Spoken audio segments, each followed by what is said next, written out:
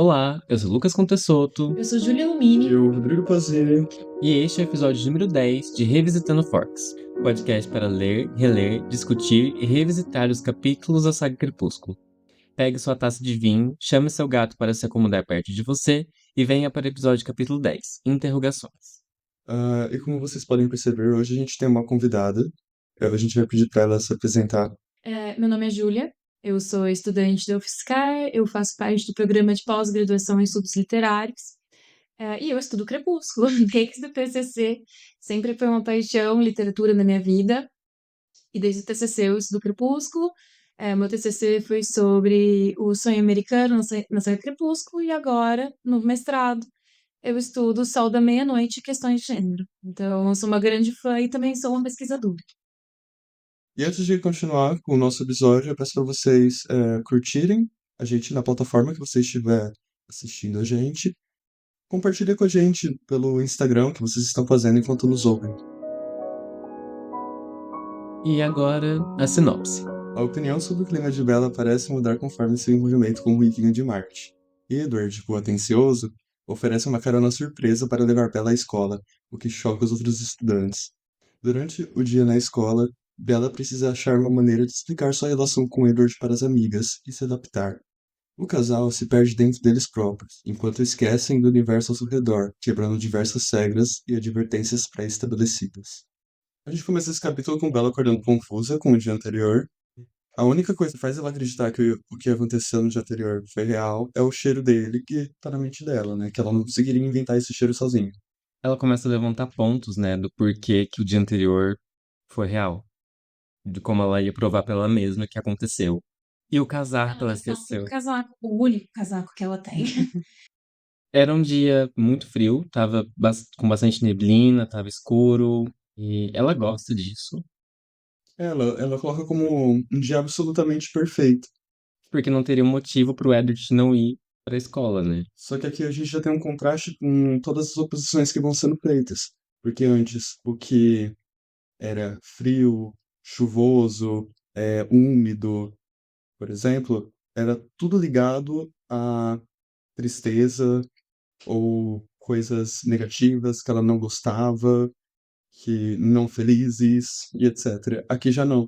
Aqui ela já trata essas características como neblina e escuro como um clima perfeito. E o sol seria essa oposição, né? Porque se tá sol, ela não vai ter o Edward na escola e isso é um dia ruim. Então a Bella se veste com 47 blusas, várias roupas pra compensar a falta do casaco dela. Ela sai correndo de casa porque ela tá mais atrasada, então ela come uma barra de cereal com leite. Ela bebe Centavos. em 3 entradas e ela bebe leite direto da garrafa. E ela quer muito chegar no carro logo porque tá muito frio. A bruma gelada gruda na pele exposta dela. E ela quer chegar no carro, mas ela percebe que tem um outro carro do lado do carro dela. E por conta da neblina, então, ela não tinha conseguido enxergar o carro do Edward de primeira. Mas quando viu, seu coração dá uma disparada ali, ela fica meio tortinha. E o Edward começa a poder usar as habilidades dele a qualquer momento, porque ela já sabe. Ele abre a porta do carro correndo, tipo, não correndo, mas muito rápido. E ele oferece uma carona pra ela. E uma coisa importante que ela pontua mais de uma vez, quando ele fala alguma coisa, é que ele sempre dá a opção dela recusar o convite. Então ele dá a opção pra ela não querer ir com ele pra escola. E parte dele acaba que espera isso, né? E ela pensa, era uma esperança vã. Tipo, você acha mesmo que eu vou falar não? Que eu não vou? Eu vou comer o carro? Ah, não. Um stalker desse. Ela aceita a carona, ele oferece um casaco, e quando ela coloca o casaco, ela se recusa a colocar o casaco, na verdade, né? Ela deixa o casaco no colo, ela fala que não precisa ser protegida, mas ela tá ali, tipo, pensando, será que o cheiro desse casaco é o mesmo cheiro de ontem? Será que vai ser tão bom? E ela fala que, na verdade, é melhor do que ela lembrava. O Edward pergunta, né, se ela não tem 20 perguntas aquele dia pra fazer pra ela. E ela pergunta se as perguntas dele estão incomodando. Em tom de brincadeira, né? Ele fala que o que mais incomoda não é as perguntas, e sim as reações da Bella. Ela tem algumas reações frias e não naturais. Ele faz isso também questionando sobre o que ela está pensando durante esses momentos, né? E a Bella fala que ela sempre diz o que ela tá pensando, Só que o Edward rebate, ele fala, você edita um pouco, né? Na verdade, ele não fala um pouco, ele fala que você, tipo, ela edita o que ela pensa. E ela fala, não muito. Ou seja, ela edita. Eu acho, inclusive, que ela edita pra gente, às vezes, o que ela tá pensando. Pessoa, né? É, E a gente nunca pode confiar no que ele quer dizer, porque ele vai dizer o que ele quer dizer. exato. Inclusive, eu tenho uma teoria muito boa, só que ela não cabe nesse capítulo em específico, mas é, eu uso essa frase e depois de uma conversa deles, eu acho que o Edward tem dúvida se ela gosta mais dele ou se gosta mais da ideia de se tornar uma vampira. O Leandro em primeira pessoa sempre vai abrir espaço para dúvida. Então, é mais ou menos assim que funciona. E a Bella, ela não é diferente, só que é uma personagem feminina. Então, ela editar mostra muita coisa. O que ela quer esconder? O que tá tão escondido na fala dessa narradora, né, da personagem que ela que quer mostrar? Então, dá pra pensar nisso. E por causa do Edward ter usado seu Volvo, então, para buscar a Bella, seus irmãos usaram o carro de Rosalie para ir à escola, né? Um conversível vermelho, muito chamativo. E eles normalmente preferem usar o Volvo, porque chama menos atenção, mas agora Edward cita que eles estão quebrando todas as regras, né? Que ele tá quebrando todas as regras, né? Mas, ao mesmo tempo, tipo, a Bella tá quebrando algumas regras, né? Porque ela sabe que ele é perigoso, que ele pode fazer, tipo, pode ser que aconteça dele fazer alguma coisa com ela. Inclusive, ele comenta que eles têm carros chamativos não porque eles gostam dos carros chamativos, mas porque eles gostam de carros rápidos. Que eles gostam de dirigir que nem doido, igual o Edward. E Deus abençoe a Bella, porque a Jess, atônita, encarava os dois com o casaco da Bella na mão. E ela já deixou claro pra Bella, te vejo em trigonometria. Ou seja, na aula de trigonometria, você vai ter que contar pra mim tudo. Uma coisa que eu levantei nesse capítulo é que a Bella, ela não conta pra ninguém sobre os caras de Port Engines. Ela não menciona mais, né? Ela não retoma, o ocorrido fica entre os dois. Fica privativo entre eles só. O Edward, posteriormente, ele acaba comentando com a família dele que a gente vai saber que a Rosalie sabe e etc. Uhum. Mas ela em si não. Ela, Não. tipo. E é uma coisa meio da personagem, né? Uhum. A gente espera isso, que ela vai guardar um trauma só pra ela, Só porque ela que vai querer incomodar os outros. exatamente. Imagina contar isso pro Charlie, ou até mesmo pras A amigas que estavam com preocupação. ela, é. Exatamente. A Bella vai pra aula e ela encontra o Mike e ela já fica meio receosa de ter que conversar com o Mike, mas ele pergunta pra ela sobre a Jess, se a Jess comentou com ela sobre o último encontro. Ela fala que a Jess gostou, que foi tudo ok. E ele Seria fica, um vestido lindo. exato, ela fala do vestido e ele fica bem animado. E isso deixa a Bella animada, tanto é que ela comenta que ela muda de feição na hora, né? Ela tava tipo meio receosa e depois ela fica mais confortável, tipo, então não é sobre mim, é sobre a Jazz, ele já tá na da Jazz, me livrei de um estorvo. E finalmente, na aula de trigonometria, a Jess ela já tá armada ali até os dentes de perguntas. E, tipo, ela não sairá dali enquanto ela não estiver satisfeita. Só que a Bella, ela fica meio receosa em conversar com a Jazz nesse momento, porque o Edward tinha comentado que ele ia ouvir o pensamento da Jazz enquanto elas conversavam. Ou seja, ela saberia a resposta, né? Ele Exato. saberia a resposta. Inclusive, ele comenta que a Jazz queria saber qual era a relação dos dois e se ela gostava dele. E ele fala que ele ia ficar muito atento para a segunda resposta. E ela fica muito nervosa, porque ela fica, tá, eu vou contar pra ela, mas ele vai saber minha resposta. Então, o tempo todo ela quer convencer a Jazz, sem ter que falar muito, e sem ter que falar muito para o Edward o mínimo possível. Então, Só que a Jess não vai aceitar pouco. ela não aceita pouco, né? E Ela é quer. exatamente por isso que eu acho que o Edward decidiu monitorar a Jess. Porque ela sabia ele sabia que a Jess ia tirar tudo que ele podia da Bella, coisa que ele não pode fazer. Então, Sim. assim, gente, isso foi muito bem pensado perto desse personagem, porque é isso. É Edward Cullen, é louco do jeito que é. É ele. É o jeitinho É o dele. jeitinho dele. Porque a Angela, se a Bella fala pouca coisa pra ela, ela aceita. Ela não fica questionando, né? Ela comenta conosco, né, os leitores, que ela tá decepcionada por falta de um beijo do Edward. A Jéssica também está decepcionada com isso, porque ela iria adorar os detalhes. E Jessica tenta exprimir ao máximo a Bella pra tentar pegar cada detalhezinho, e aí a Bella solta flerte da garçonete com o Edward, pra tentar meio que alimentar essa alma fofoqueira da Jéssica. E fica até chato um pouco a situação. Se eu fosse a Bella, eu acho que eu ficaria meio incomodado, porque a Jess ela pergunta muita coisa específica, né? Tipo, ah, como foi? Conta mais. Fala, vocês conversaram do quê? Qual foi o assunto? E ela não podia contar a verdade, né? Tipo, ah, a gente tava conversando que ele é um vampiro, ele lê mentes, né? Não tinha como compartilhar essa parte. Eles estavam me stalkeando. Ele me seguiu até lá, menina. A Bella acaba falando que ela gosta, assim, dele, só que ela acha que ela gosta mais dele do que ele gosta dela. Não fala muito da reação da Jess com essa resposta, mas a Bella também, ela é muito esperta. Então, pra não continuar o assunto nela, ela já joga info. Ah, e o Mike perguntou de você. E aí, Acabou, agora é sobre a Jéssica. aí acabou. Agora ela ficou. Ela comenta que ela teve que explicar. Ela explicou muito mais do que ela explicaria, só pra ganhar tempo. E a Jess não se incomodou, né? Eu acho que ela gostou de ser o centro da conversa ali. É que a Jess queria, né? Ela queria saber as microexpressões do Mark quando ele falou, tipo, a vogal A, sabe? Eu só sei. Por fim, a aula acaba e o Edward está plantado na porta da sala esperando.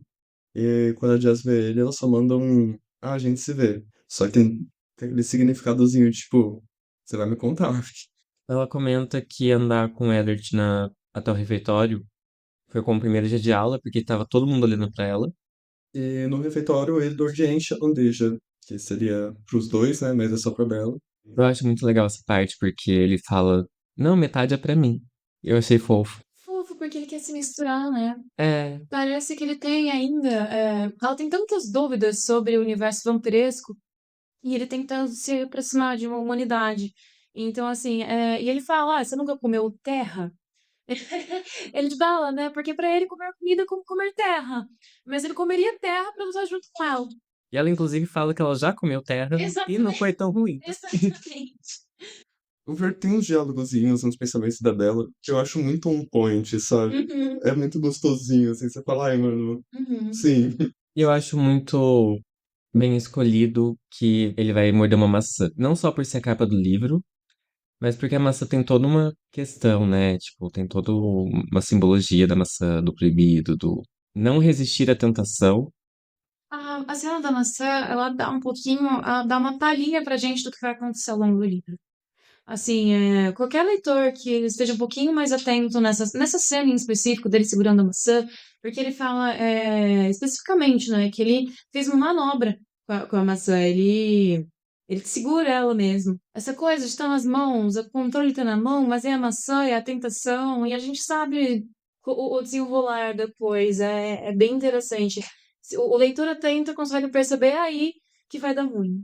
Ele consegue perceber por esse pequeno parágrafo que as coisas não vão dar muito certo. Esse diálogo, inclusive, ele faz essa construção, né? De mostrar um pouquinho o que pode dar errado daqui pra frente. Sim, e tá tudo na tentação, né? Assim, na Sim. tentação, no proibido, e eles já estão numa situação proibida. O que eles estão fazendo já é quebrar todas as regras. Por que não pecar um pouquinho mais? Exato, já tá ali, né? Ali. Então, Edward e Bella estão ali conversando, voltam a conversa que a Bella teve com a Jéssica, e aí eles falam sobre a garçonete. Aí o Edward fala que nem tinha percebido a existência dela. Que eu acredito ser uma mentira, assim, né? Ele com certeza sabia dela ali e tal, só não queria falar nada. Ele com certeza leu os pensamentos dela, mesmo se ele não quisesse. Mas o que eu acho interessante aqui não é nem ele, nem a garçonete, nem nada. E sim a Bella falando que ela agora poderia ser generosa, porque a garçonete já não era mais uma concorrência. E aí a gente tem essa semelhançazinha com a própria Jéssica. Eles conversando sobre o que ele ouviu da conversa com a Jéssica, ele comenta que teve uma coisa que ele não gostou de ter ouvido. E ele pergunta pra ela se ela realmente acha que ela gosta mais dele do que ele dela. É, e nessa, ele ter falado pra ela que estaria ouvindo, ela fala, ah, não me surpreende, você sabe o que dizem sobre a conversa dos outros. Aí ele, ah, eu avisei que estaria ouvindo. Aí ela, e eu avisei que você não ia querer saber tudo que eu tô pensando. E ele já toma, já. Eu acho bom isso, pelo menos, porque você vê que ela não fica ali, ah, lânguida, parada, sabe? Ele fala alguma coisa que ela não concorda, ela vai rebater. Sim. Aquele negócio de 2 pesos, 2 medidas dela, dá uma funcionada. Funciona, mas ao mesmo tempo eu senti que ela não tinha escolha. Ele ia ouvir. E ela aceitou não ter escolha, e mesmo assim voltou pra conversar com ele depois. Então, assim, ela tá um pouquinho cega de amor, assim. Ela não percebeu que isso aí foi esquisito. Seja uma manipulation. Eu acho que ela sentiu, né, que estaria ali sendo manipulada de alguma maneira, mas também a condição para continuar com ele é essa.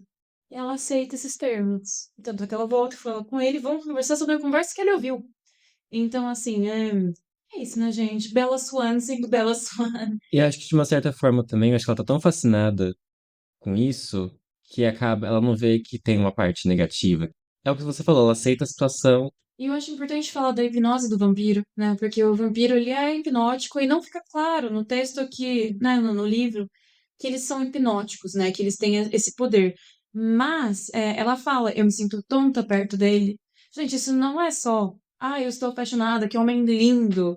Tipo, tudo bem, faz parte isso também do amor, do sentimento de paixão, mas isso é a hipnose do vampiro. Isso é o efeito dele, o poder dele sobre ela. Então ela também tá passando por isso. Ela também não tá totalmente pura. Ela não tá totalmente ela tá sob influência. E ela consegue perceber quando ele faz isso com outras pessoas. Sim, Jasper faz isso muito, né? Só que esse é o poder dele. Mas todos fazem em alguma instância. E tem as pessoas que são também mais suscetíveis, né? Tem no episódio anterior, a gente vê a reação da Jéssica e da Angela ao Edward é diferente, né? A Angela, ela se controla mais. Dá a parecer que, tipo, que tem um certo nível de resistência a Uhum. essa hipnose, esse fascínio, né? Sim, e uma coisa que dá pra gente pensar, a Bella, a gente descobre, né, lá no final da saga, já em Amanhecer, que ela tem um escudo. Mas esse escudo, ele não tem falhas? Onde estão essas falhas? O que que quebra esse escudo? Então, é o que eu acredito, assim, de fato, que essa personagem está hipnotizada. Nesse momento, ela está hipnotizada. Pelo amor também, porque realmente, Edward Cullen, pelo menos o Robert Pattinson, gente, muito bonito. Eu também ficaria hipnotizada, não julgo. Mas, né, essa hipnose do vampiro mesmo, eu acho que ela passa por isso. Eu acho que no mínimo um fascínio Sim, muito forte, assim, sim, né? sim, sim. Eles ficam naquela treta de, ai, não, eu gosto mais de você por causa disso. Ah, não, eu gosto mais de você porque eu sou feia, sabe?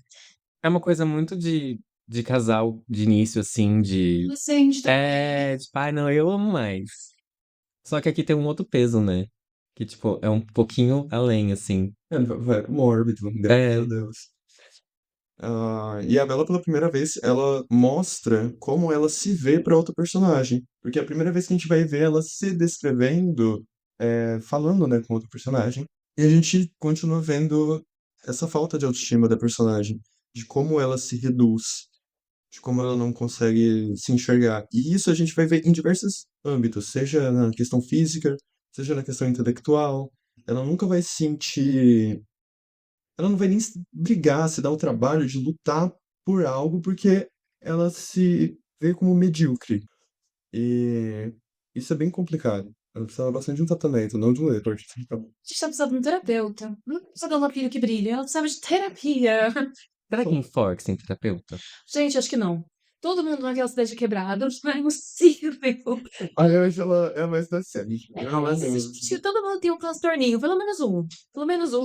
A Angela, quando fizer 20 anos, ela surta. Com certeza, ela vai embora, gente. Essa. ela não. Ela foge. Ela pode bem, graças a Deus. Sim. Ah, e sobre isso, o Edward comenta com ela que ela não tem nada de medíocre, porque se ela soubesse o que as pessoas pensam dela, ela mudaria de ideia. E ela meio que dá uma muda de assunto. Bella, ela percebe que o Edward constantemente, ele tá meio que querendo dizer adeus em suas palavras, né? E aqui é mais um foreshadowing que a autora coloca. E assim, Stephenie Meyer, ela é rainha do foreshadowing. Tudo que ela taca, nada é à toa, a bichinha não dá ponto sem nó. Igual os tropos, né? Ela pega os tropos, ela tem tropo que ela te leva até o final do livro pra quebrar ali no último livro.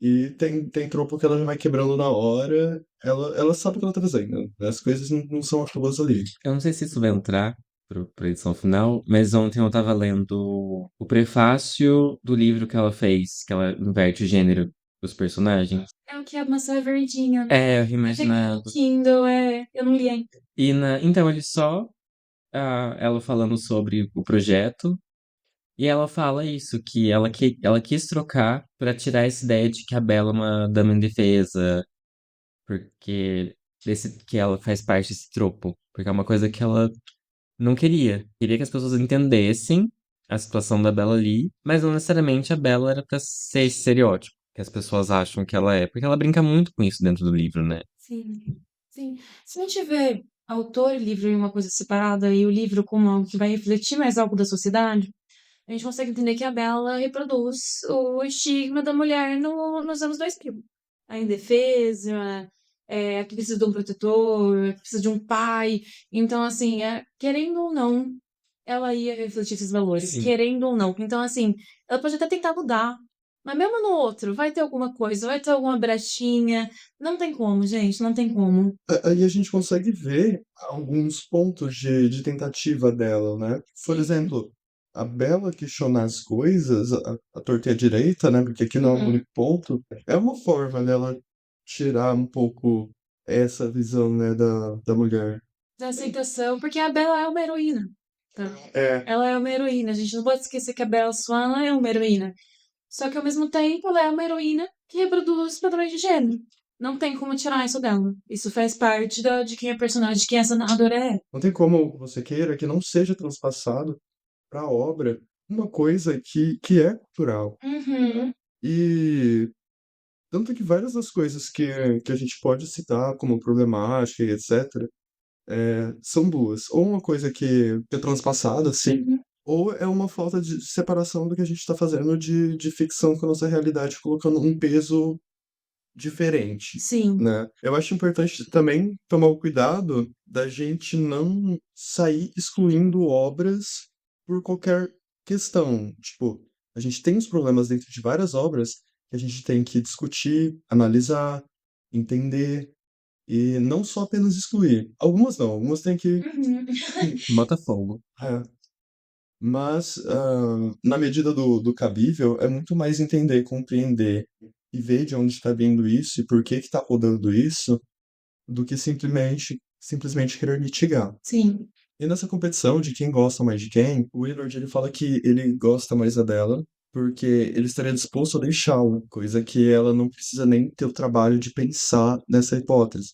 Ele pensa em deixá-la justamente por uma questão de segurança, né, para proteger a Bella. A Bella ela fica já um pouco meio aflita com esse suposto afastamento já, né? E aí ela meio que traz, ninguém tentou me matar hoje, né? E aí ela pensa, eu poderia me colocar em perigo de propósito só para ele ficar por perto. Imagina se esse fosse o plot de algum dos livros. Em questão a ninguém tentou me assassinar hoje, ela ainda coloca um ainda, né, no final. Vai ver. Bom, e Edward fala sobre aquele dia em que ele parou o carro na frente da van do Tyler. E ele diz que foi justamente pro Tyler ter a oportunidade de pedir pra ela, né? Só que ele também cita que, ele ia arranjar outro momento, eu só queria ver sua cara e tal. Só que aqui também tem a questão dos ciúmes, né? É tipo, querendo ou não, Porque não tinha como ter a confirmação se a Bella realmente tinha falado algo ou não. Ele só conseguia ler a mente do Tyler, né? Ele só conseguia saber o que o Tyler tava pensando. só que se ele pode ver a cara dela em primeira pessoa, ele consegue tentar interpretar alguma reação. Ele pergunta se ela aceitaria, se ela daria a desculpa de Seattle pra ele, caso ele pedisse ela pro baile. E ela falou que provavelmente ela aceitaria ir com ele ao baile, porém, depois ela ia inventar alguma desculpa e cancelar. Mas ela ia aceitar, olha só. Ele questiona o porquê, né? E ela fala provavelmente você nunca me viu em educação física, né? Se referindo ao fato de você não conseguir andar numa superfície plana e estável sem encontrar alguma coisa para tropeçar. E quando ela fala sobre não ter coordenação motora e tudo mais, ele fala pra ela que é tudo uma questão de quem comanda a dança ali, né? Dizendo que ele não deixa. Isso ele quis dizer que ele não deixaria ela cair. Também entendo dessa maneira. Uhum. Ai, coitada, você cai, eu te seguro. Uma coisa meio assim. Exato. Eu sinto isso. Ela pergunta pro Edward se ele realmente estava falando sério sobre se era ou sobre ir com ela. E ele fala que sim, mas ele queria mudar os planos da viagem. Ele fala que o dia vai estar bom e ele não vai poder ficar em público. Ou seja, vai estar sol. E deixa a opção pra Bella aceitar ou não ver ele em um dia de sol. Ela com certeza já deve estar falando com certeza sim. Não vou falar não, igual carona. E o Edward insiste pra Bella que se ela for, é pra ela contar pro Charlie onde ela tá indo e com quem ela tá indo, que é mais um motivo pra ele devolver ela viva. E ela engole seco, tá? Ela engole seco. E na hora que eu tava lendo a primeira vez, eu fiquei tipo, devolver? Aí eu falei, ah. E a Bella fala, não vou contar não, vou correr o risco sim. Eu acho interessante a gente pensar que o adolescente gosta de correr risco. O adolescente adora se colocar numa situação que um adulto jamais se colocaria. E pensar, né, gente, a dificuldade de contar pro seu pai que você tem um encontro. É melhor correr o risco de morrer. Às vezes é melhor você correr o risco de. O adolescente, eu realmente acho que ele pensa que é melhor correr o risco de morrer do que falar que você tá fazendo de verdade. Nossa, sim. Então eu senti que isso aqui é muito lembrar que a gente tá falando de uma menina de 17 anos, de um vampiro de 17 anos até há muito tempo, comédia há muito tempo, mas ainda continua sendo um vampiro de 17 anos. Então, Inclusive, essa rebeldia dele com a família, de quebrar regras, é uma coisa muito de é adolescente, coisa de né? adolescente, porque os outros são mais velhos. Sim. Um pouco mais, eles estão um ano na frente do Everett, era isso, gente? Me corrija se eu estiver Eu errado. acho que tem alguns que estão aí no 19, né? É, e são um pouquinho mais velhos que ele. Eu acho que o Jasper é um pouquinho mais velho, tem É. uns 18, 19 anos. Que já atingiram, estão mais perto da maioridade. O Edward é adolescentão mesmo, tem 17 anos, gente. Então, assim, é isso, é essa coisa de ser, ao mesmo tempo, um homem muito maduro em alguns momentos, mas aí também adolescente, que vai levar a menina pra ser escondido, aquela coisa. Então, gente, só pra sumarizar, eu acredito que contar pro seu pai que se tem um encontro é melhor se correr drenado por um vampiro. Então, é isso pra Bela. A gente comentando que o Edward tem 17 anos há muito tempo, a moleira dele nunca vai fechar. Será que o córtex pré-frontal do Edward nunca vai se explorar? Eu acho que é justamente esse o problema com as crianças imortais depois, Sim, né? sim. Olha só que isso é uma piada e fui profundo. Inclusive, a Bella, até o momento, ela não tinha se tocado que o Edward e o irmão dele tinham ido pra Great Rock pra caçar. Porque ela fala, mas tem tanto urso lá. E ele fala, exatamente. Ele não fala, né? Mas, tipo, ela mesma se toca enquanto ela fala, né? No capítulo anterior, ele tinha falado que era como comer tofu e soja. Ou era leite de soja, mas ele comenta, né, que é ser vegetariano. Eu acho que eu ainda não tinha feito a conexão. Porque ele parece ser um ser que não come, ele não se alimenta, ele falou que come terra. Eu sinto que assim, a hora que ela percebe, não, ele se alimenta de sangue mesmo. Esse estalar de dedos que eu acho que tem na mente dela. Ficou real, né? Ficou real, nossa, de fato, ele mata. Não é porque nós, assim, pessoas do dia a dia, a gente come carne, mas a gente não mata a nossa presa. A gente comprou numa A bandejinha. gente compra uma bandejinha. Nugget, sabe? Tipo assim, a gente não vai lá e morde o pescoço da galinha. O Edward, não, se ele precisa se alimentar, ele tem que ser caçar brutalmente, né? Inclusive, as armas dele são os dentes. Exato. E então, esse momento, eu acho que é o que você falou, cai a ficha pra ela e Uhum, fica real, né? uhum. E a Bella ela comenta que ela gostaria de ver uma caçada dessas, né? Só que aí o Edward ele já dá um chiliquezinho. Ele dá um chilique. Ele faz a cena dele, ele faz. O pior é que, tipo, o Edward, ele tem muitos outros momentos no livro. E eu sinto muita falta no filme. O filme eu vejo ele muito apático a tudo, sabe? O filme fez todo mundo ficar apático em certo ponto. É, E eu assistindo. e não sou extremamente apática de Sandra Crepúsculo, mas assim, eu sinto que o Edward já é uma personagem bem apática. Eu sinto isso dele. Mas no livro ele se mostra mais. Ele se mostra mais enquanto monstro do que nos filmes. Então, assim, a hora que ele tá falando, ai, qual que é o seu preferido, né? Qual que é o seu animal de caça preferido? Ele fala que é o leão da montanha. Isso não é à toa. Mostra que ele é ágil, mostra que ele gosta de perseguir sua presa, mostra que ele gosta de um desafio. E a gente pensa o que que é a Bella. O filme ele também transforma o Edward muito mais na imagem desse príncipezinho Uhum, encantado que a Bella vê, né? uhum. Porque eu acho que um negócio que a gente tem que deixar um pouco mais claro é que o Edward, ele não se pinta de príncipe. A Bella que faz. Claro, ele passa uma imagem, só que ao mesmo tempo ele tá negando isso, tarará. Só que a Bella faz essa construção dele sendo essa coisa perfeita, né? Como a Bella é a narradora personagem, a gente só tem a visão do Edward que ela quer passar. A gente consegue perceber quem é Edward Cullen por meio dessas entrelinhas. Então, por exemplo, ele fala, tem um momento que ele fala cirúrgico no livro, que é que ela precisa ter pelo menos um pouco de medo, uma dose saudável de medo. E foi logo depois dessa conversa que eles tiveram sobre a caçada e tudo mais, que ele é de fato um ser que caça, um ser que mata, um ser que bebe do sangue de outros seres. E ele fala, né, que uma dose saudável de medo é o suficiente para ela. Então, a Bella, enquanto narradora, ela não consegue ver esse medo, mesmo ele falando, eu sou perigoso, eu vou te matar, eu quero teu pescocinho. Ela não. Ela se nega. É uma personagem que se nega o tempo inteiro. Então, essa cena da caçada, que é a cena que mais ou menos fecha esse capítulo, né? A gente vai fechar mais ou menos o capítulo com essa discussão. É isso, o Edward falando, sim, eu sou um monstro, sim, eu sou perigoso, e só você não tá vendo. Por mais que eu esteja aqui falando o tempo todo e você esteja percebendo em coisas, mas ela meio que, ainda assim, ela romantiza, né? Tipo, ela fica em choque que ele foi caçar, mas ela fala, ah, queria ir também. Queria também. Gente, o beisebol que ela foi, não.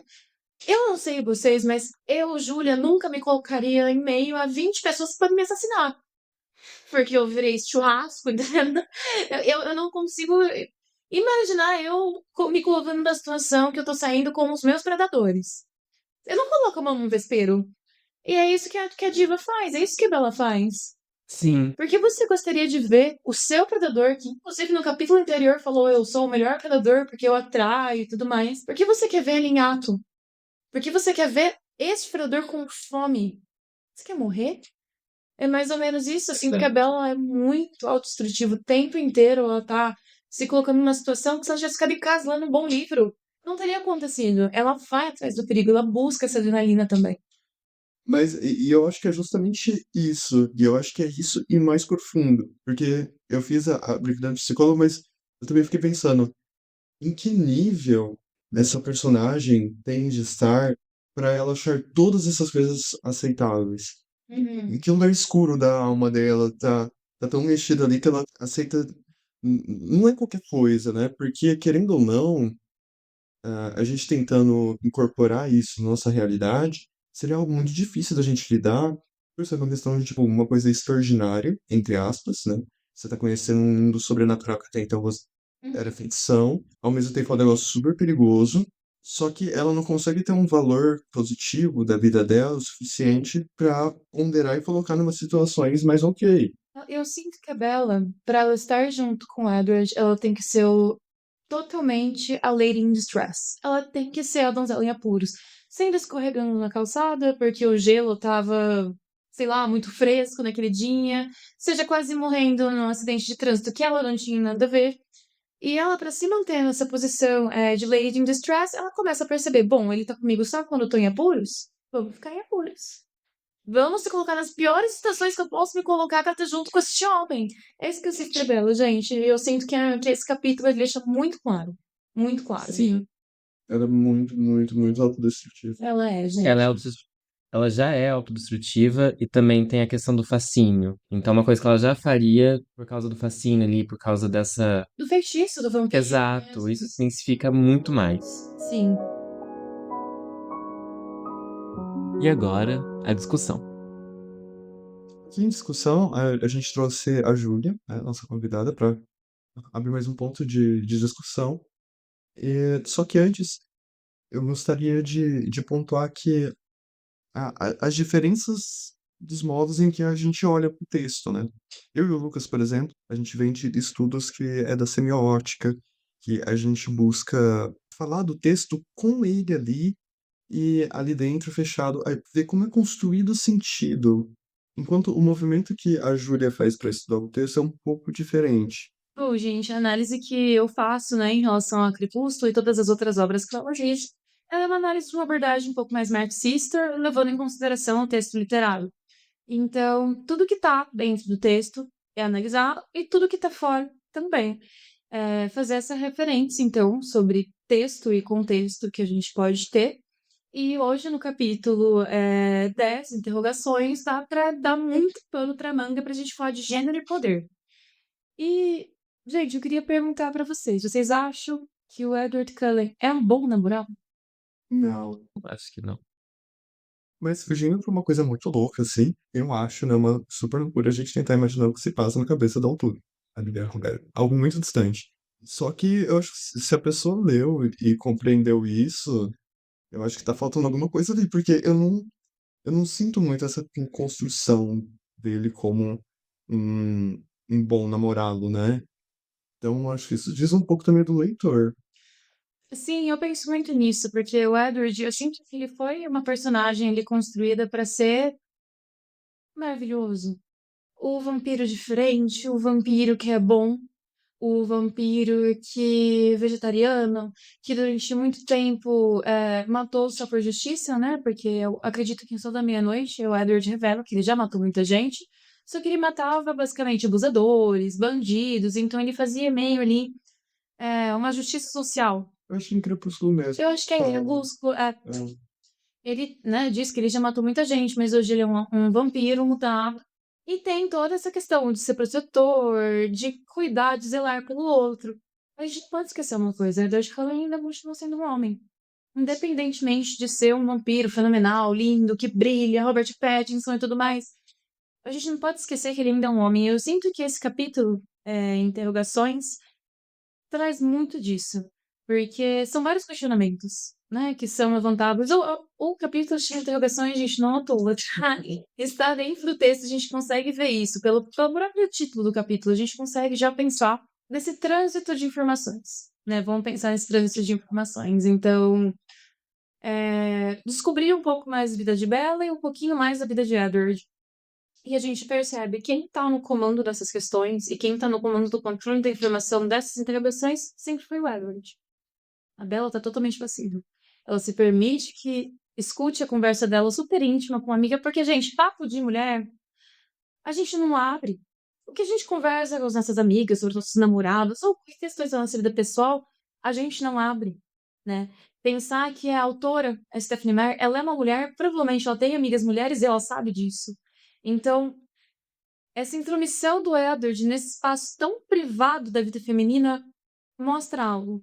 Mostra um controle, mostra uma preocupação, mas não uma preocupação no quesito de zelar pelo outro, mas por ter realmente acesso a todas as informações possíveis, já que ele não acessa a Bella. Então, quando eu paro pra pensar, será que ele é um bom namorado? Gente, ele é protetor, ele é bonitão, ele tá sempre pela Bella quando ela precisa dele. Mas será que enquanto parceiro ele é uma pessoa boa? É isso que eu fico pensando, assim, sabe? Eu não namoraria Edward Cullen. Eu não namoraria Edward Cullen jamais em minha vida. Já namorei coisa pior. Cara, tem brilhado dinheiro Pior. infinito. Eu acho que essas características dele, que aparentemente vão sendo construídas, tipo, como boa, de um bom namorado, protetor e tarará, acabam sendo todas exacerbadas no ponto de ser maníaco, né? Ele é maníaco. Ele é Sim. maníaco, ele é louco, gente. Se a gente lê Sol da Meia-Noite, a gente vê esse homem é louco. Então, assim, é importante a gente pensar o quão passiva a Bella se coloca nessa situação, porque eu acho sempre importante lembrar como o capítulo 9 termina, né? Então a gente tem que, de 3 coisas eu estava convicta. Primeira, Edward era um vampiro. Segunda, havia uma parte dele, e eu não sabia que poder essa parte teria, que tinha sede do meu sangue. E terceira, eu estava incondicionalmente e irrevogavelmente apaixonado por ele. Ela tem noção. Ela sabe onde ela tá se enfiando. Ela sabe que tem uma parte dele que mataria ela. E mesmo assim ela fala. Ela sabe que ele é um vampiro, que ele é um vampiro. Mesmo fala, não, eu tô apaixonada e é isso aí. Vambora, vamos bancar nessa jornada. Por quê? Essa aqui é a indagação. Por quê? Sabendo que ele é monstro, sabendo que ele poderia ter algum potencial de machucá-la, ela continua. E no capítulo 10, que é o capítulo de hoje, a gente consegue ver essa afirmação. Sim, eu vou ficar, estou ciente, quero continuar. Por mais que caia algumas fichas nesse capítulo sobre a realidade que ela se encontra, sobre a situação que ela tá ali, mesmo assim ela continua com essa formação de que fica, né? De que ela vai ficar. Mesmo percebendo, que eu acho que nesse capítulo que ela percebe realmente, tipo, ela faz a ligação, né? Tipo, ai, ele realmente é tudo isso que ele falou, e ela começa a ter indícios maiores, mas mesmo assim ela fala, vou continuar. Continuar. E uma coisa que eu fiquei pensando, que eu cheguei a conversar já com o Victor sobre, Não, tipo, tentando defender, Hum. coisa parecida, mas é esse raciocínio da gente esticar, né, a mente de tentar se colocar numa posição. É óbvio, ninguém é vampiro pra poder fazer isso. Uhum. Mas eu fico imaginando a tentação que seria causada pela curiosidade de saber, tipo, o que a pessoa tá fazendo na casa dela, o que, sei lá, se ela tá comendo, o que ela tá vestindo e tarará. De quando você tá nesse primeiro amor, por exemplo, e quanto de nós, pensando assim, ninguém vai saber, só eu vou saber. Quantos de nós não iria até lá, até a casa dela, pra ouvir alguma coisa, pra ver o que ela tá escutando de música, sabe? Tendo esse poder, né, de se colocar na intimidade do outro. É, Tendo esse poder. porque ninguém tá vendo Quem tá pra vendo? te julgar, E ele né? fica, né, escondidinho no cantinho do quarto dela, olhando a Bella dormir. E assim, é isso, né, galera? Ele tem o controle. Ele tem algo que a Bella não tem, que é o controle. Uhum. E quando a gente para pra pensar na relação entre gênero e poder, quem tá no poder das interrogações sempre vai ser o Edward. Ele vai conduzir, ele que vai falar. Ela pergunta, né? Uma das questões dela, posso te ver caçando? Ele fala, não. Ele dá um chilique, né? Ele Ele ainda. dá um chilique, ele dá um chilique. Mas ela podia perguntar, essa intimidade minha você não vai ver, mas eu vou entrar no seu quarto e vou te ver dormir. Tem a questão dele não conseguir ler os pensamentos dela, faz com que ela tenha minimamente certo poder na conversa em algumas situações, mas ele é uma coisa que se perde porque ele não lê o pensamento dela, mas ele vai tentar ler o pensamento de todo mundo ao redor dela pra chegar o mais perto possível do que ela tá pensando. Exatamente. Então, mesmo que a Bella faça perguntas, é, o Edward que tem o controle da situação. E, eventualmente, o que ela não quiser responder das indagações, das questões dele, ele vai e faz. Porque ele pode. Simplesmente porque ele pode. Sim. Porque ele tem esse poder, essa questão sobrenatural por ser vampiro, que ele consegue ler a mente de todo mundo ao redor. Ele vai. Não tem nada que impeça ele. Ele não pensa, nossa, mas é a privacidade da minha namorada? É o que tá no íntimo dela com uma amiga? Não. E o engraçado é que nesse capítulo tem uma hora que ela quer que ele conte pra ela o que a Jess estava pensando, o que ela queria saber. E ele fala, não vou falar, porque não seria justo. Eu não lembro exatamente como ele Uhum. coloca. E ela fala, não, o que não seria justo é você não passar essa informação pra mim. Você tem toda a informação, você vai gostar da Mary. Eu acho muito. Então isso mostra também esse controle que ele tem, tipo assim, até coisas que são sobre ela, ele decide ou não, se ele conta ou não. Exatamente. Então, é ele que impõe o limite. É ele que define o rumo que a relação vai tomar. É ele que vai assumir esse papel de proteção o tempo inteiro. Então, no primeiro, nas primeiras páginas do capítulo, ela chega, né? Ela entra no carro dele quando ela pega carona. E ele pergunta pra ela: que foi? Hoje não tem 20 perguntas? Aí ela pergunta: minhas perguntas te incomodam? Sim, me incomodam. Saber o Edward Cullen se revelar e não é mais a revelação de vampiro, porque isso ela já sabe. Esse não é o maior segredo do Edward Cullen, que ele é um vampiro. É sobre outras questões. É sobre outras coisas. É sobre o âmago mesmo, o íntimo desse homem, e ele não vai revelar. Mas ele vai saber tudo sobre o Marcelo. No capítulo anterior, por exemplo, uma pergunta que ele passou muito rápido foi o que você estava fazendo aqui? Ele, próxima. Porque já era algo, ele teria que falar, eu estou aqui stalkeando. Eu tô te perseguindo. Eu tô indo atrás de você.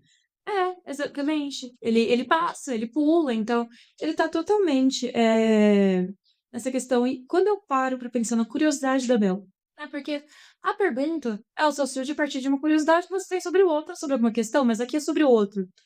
A curiosidade da Bella, ela é emocional.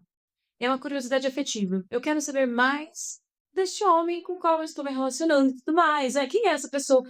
Uma questão que a gente sempre se pergunta num começo de relacionamento: quem é o outro? E do Edward é uma curiosidade mais estratégica.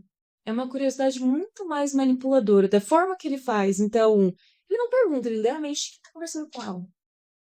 Ele vai atrás de outras formas. Ele não chega para trocar ideia, falar: não, meu amor, o que você está pensando? Não, vou ler a mente da tua amiga. Vocês conversam sobre como foi a nossa noite, nosso encontro.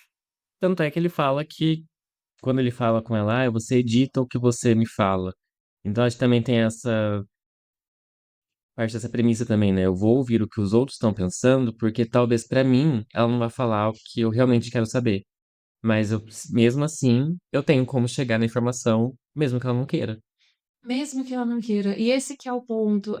Você percebe como que essa personagem, que também é narradora, essa personagem feminina, sofre com isso, porque mesmo que ela não queira, eu vou fazer. Eu vou fazer independentemente da vontade dela ou não. Enquanto todas as vontades do Edward são respeitadas do começo, ao fim, porque é ele que consegue deter esse poder. Sim, tanto é que eles ficam nessa, tipo, eles ambos sabiam da situação, ela sabia que ele não era humano, ele sabia que ela sabia, mas não era dado um nome porque ele nunca deu essa abertura pra ela falar. Quando ele dá essa abertura, é quando eles conversam, né? Tipo, no carro ali. Sim, Que ele, eu acho que ele já vê que já é tarde demais, não tem o que fazer, ela já deve saber. exatamente. E eu acho importante pensar que esse tipo de relação, esse tipo de diálogo, esse tipo de comunicação com o outro é uma das bases para as relações heteroromânticas. Então, assim, tá no texto, mas assim, a gente consegue ver isso na sociedade. Então, para pensar, essas meninas que foram adolescentes, que leram Crepúsculo, os relacionamentos delas talvez não seriam assim. Não foi esse o ideal construído? Que não, o seu parceiro ele vai te proteger, vai ter acesso a tudo, você será submissa, você aceitará. Então, é muito base. O relacionamento Evers-Bella, ele é, assim, uma figuração básica do relacionamento heterorromântico nos anos 2000, padrão. Com todos os problemas que ele embarca, com todas as questões que ele tá ali representando, é isso. É isso. E esse capítulo deixa isso muito evidente, porque a comunicação do Edward é extremamente abusiva. Extremamente abusiva. E o leitor que não presta atenção nisso não tá lendo atentamente. E também tem a questão da romantização dessas coisas ali, né? Pelo ponto de Exatamente. vista da Bella. Ela não vê as coisas como um problema, ela.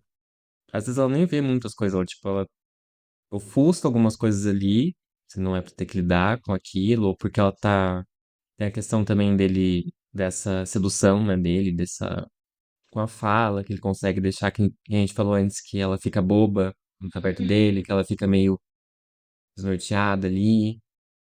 Exatamente. E, bom, a gente pode pensar agora um pouquinho em Crepúsculo como é um best-seller, né, gente? Um best-seller fez muito sucesso. Eu acho que não tem ninguém que não conheça Crepúsculo hoje. Pelo mal, Pelo bem ou pelo mal. Eu acho que não tem ninguém. E eu sinto que o Crepúsculo, ele vai retratar muito o que que é uma boa mulher e o que que é um bom homem. Ele vai colocar tudo em seus devidos papéis. Tudo. Então, Bella submissa, Bella recatada do lar, a Bella como ainda continua sendo uma heroína, porque ela se sacrifica, né? A Bella se sacrifica em diversos momentos ali pela família Cullen, pelo Edward. Mas mesmo sendo uma heroína, ela é uma heroína do sacrifício. Ela é uma heroína que se deixa, né? Se deixa muito passar. E o Edward nessa coisa da proteção. Então, mostra muito a relação entre os dois, mostra muito nesse best-seller a capacidade, né, que um homem pode usar sua violência verbal contra uma mulher. Porque é isso que o Edward faz, de fazer uma privação de informação, de ter controle sobre o que ela tá fazendo, de saber onde ela tá o tempo inteiro, saber o que ela conversa com as amigas. Gente, se a gente pegar um relacionamento abusivo hoje, 2025, a gente vai ver esses comportamentos. Como que as meninas. Imagina a quantidade de adolescentes, meninas adolescentes que não formaram a sua base relacional nisso.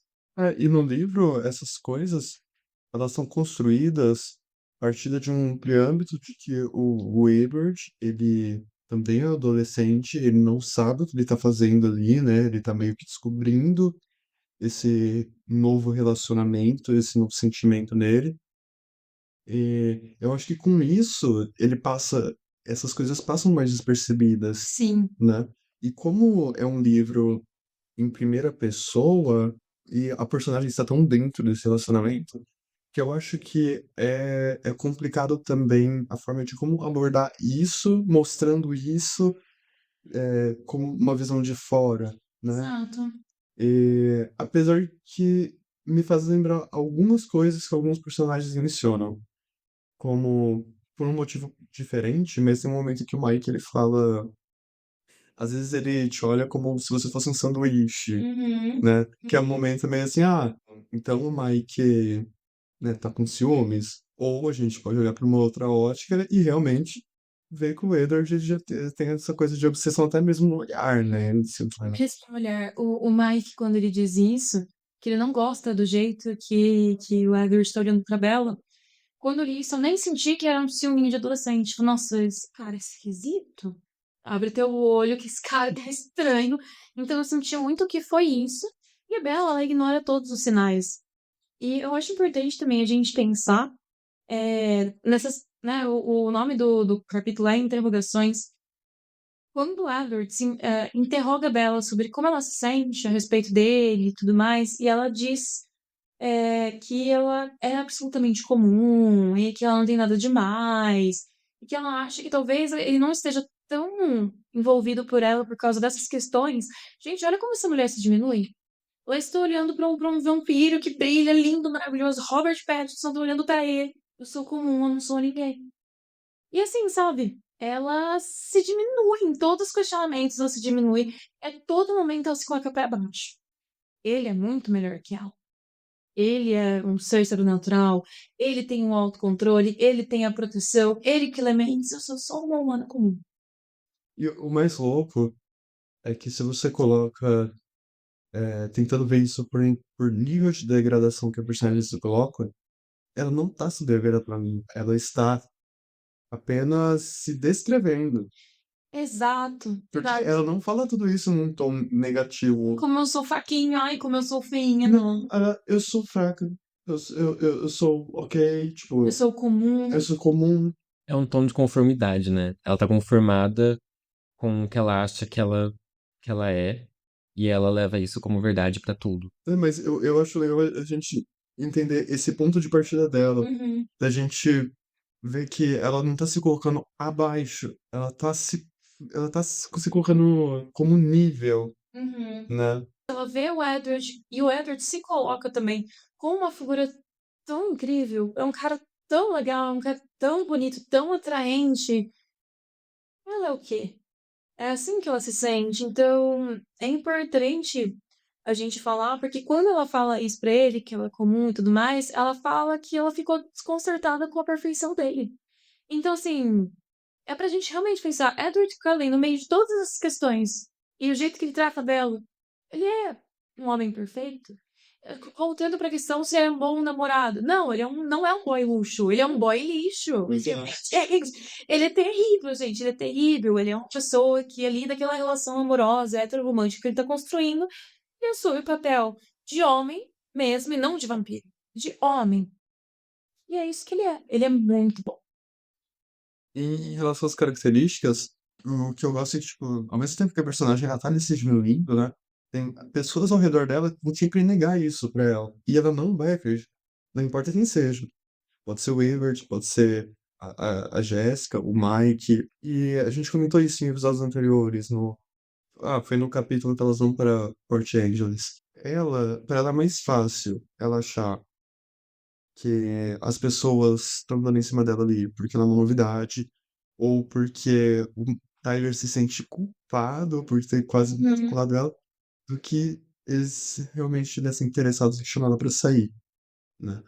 Então, e ela demonstra ser uma personagem investigativa, inteligente, questionadora em vários momentos. Só que quando chega nisso, ela não consegue conceber.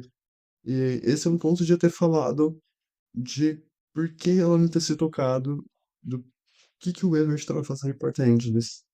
Porque ela não conseguia linkar que ele poderia estar interessado nela. Exatamente, exatamente. Interessado ou obcecado, né? É. É importante a gente fazer, porque eu não lembro que o Edward pode ter, de fato, uma relação ali de atração pela Bella e tudo mais. Mas eu sinto que é muito mais a posse. Esta mulher é minha e de mais ninguém, porque, por exemplo, quando. Até nesse próprio capítulo, quando ele chega, eles saem do carro, né? E todo mundo olha. Aquilo ali é uma determinação de posse. Aquilo ali é uma demarcação de território extremamente masculina. Então, eu sinto que é isso mesmo.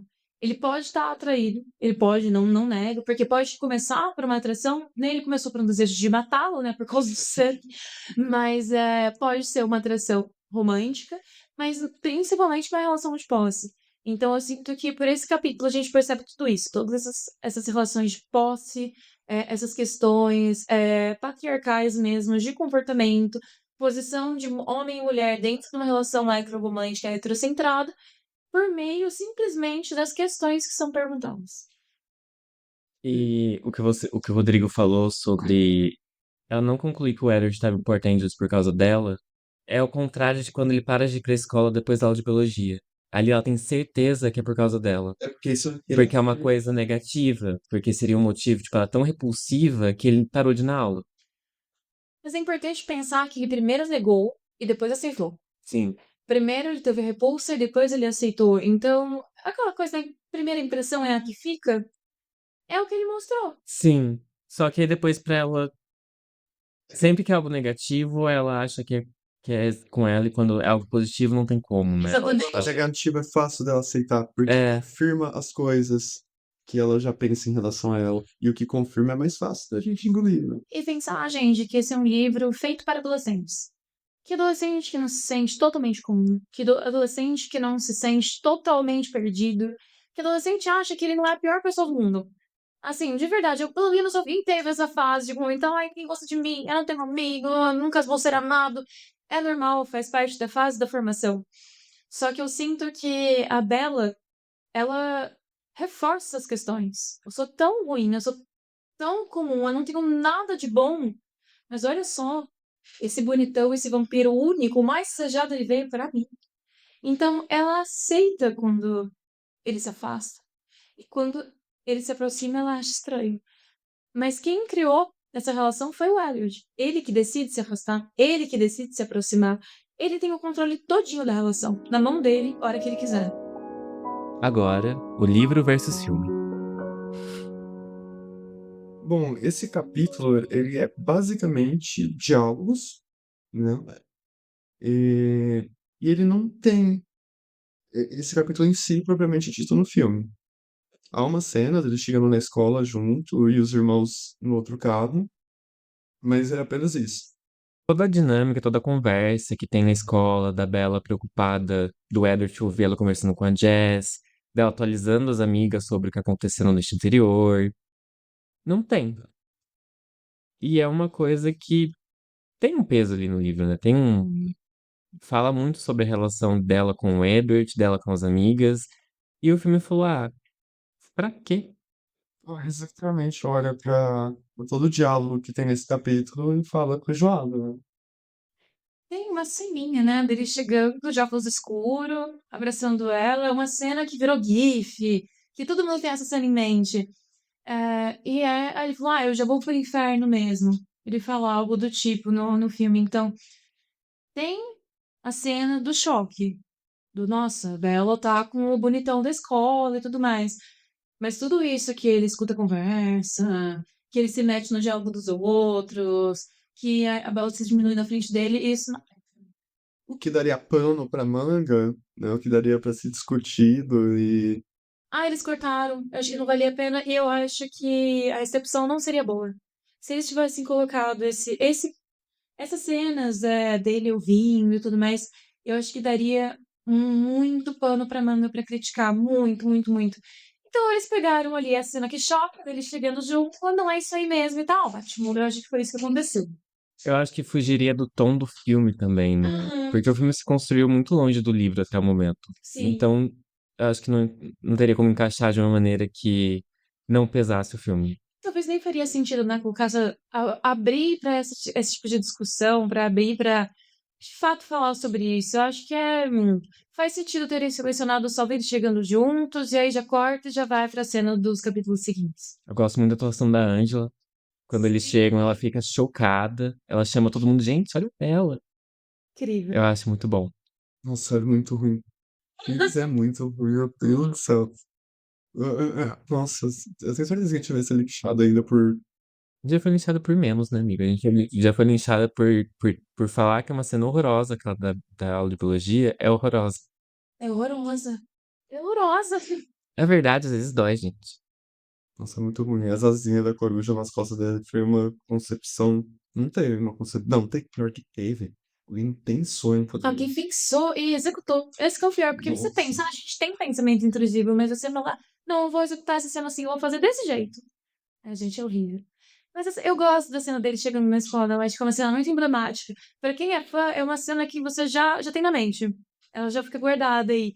Então eu acho que foi uma cena bem escolhida. Apesar de faltar isso um pouquinho, o livro sempre é melhor, né, gente, que o filme, mesmo com a literatura, a minha opinião ela é um pouco enviesada. Mas eu acho que tudo bem não ter colocado. Faz mais sentido. Eu só acho que o diálogo teria que ser mais dissolvido nas coisas, porque eu acho que os diálogos desse capítulo são ok. Eles são. Eles são. E eles, eu sinto que faz falta. A forma como eles encaixam os diálogos no filme, eu acho que faz muita falta. Eu acho sim, eu concordo. Mas no filme, eles não. Mesmo quando eles colocam o mesmo diálogo do livro no filme, eles distorcem o. Tá tão longe do que é o livro que o diálogo no filme não faz sentido mais. Tem outro sentido, acarreta outras coisas. Os personagens já não têm as mesmas. Os mesmos ideais, né? A Bella, por exemplo, do filme, é Langre, só. Ah, só pra não A perder. personalidade da Bella é gostar do Edward. Sim. E só pra gente não perder o costume, a gente tem que comentar que, claro, gente, a personalidade da Bella é totalmente apática. A gente não falou isso hoje, só queria lembrar vocês. Bom, então, gente, por hoje é isso. Eu gostaria de agradecer a presença da Júlia aqui. Muito obrigado por vir gravar com a gente. Gente, eu agradeço o espaço, foi maravilhoso. Foi incrível. E a gente queria lembrar também que temos novos episódios todas as sextas-feiras. E no próximo iremos revisitar o capítulo 11, Complicações. E para você não perder os próximos episódios e apoiar a gente, nos dê um like antes de abrir a próxima cerveja. E siga nosso podcast nas plataformas de áudio digital, YouTube, Instagram, entre outros. @Revisitando Forks. Se puder nos apoiar financeiramente, temos nosso Catarse, com a meta de R$ 260 mensais para ajudar a cobrir os gastos mínimos e continuar entregando nosso conteúdo para vocês. Estamos também com o e-mail revisitandofforks@gmail.com para vocês nos contarem o que acharam desse episódio, se gostaram da nossa participação aqui, se vocês querem que a gente traz mais gente, se vocês querem que a Júlia volta a Júlia. Eu Volta. E os interesses estarão disponíveis na descrição. E nos ajude enviando nosso podcast para aquela pessoa que ama ou odeia Crepúsculo, ameaçando colocar uma farva embaixo da unha para quem não ouvir nosso podcast, para ajudar a crescer nossa comunidade de quem adora ler e discutir sobre livros. Esperamos que tenham gostado do episódio e até semana que vem. Tchau. Tchau. Tchau, tchau. Créditos. Apresentação e roteiro por Rodrigo Pazini, Lucas Contesotto e Júlia Lumini. Edição e revisão por Rodrigo Pazini e Lucas Contesotto. Arte, Willa Pazini. Como chamou a amiga da Bela? Angela. Eu ia chamar de Tana. Andressa. A brasileirada 100%.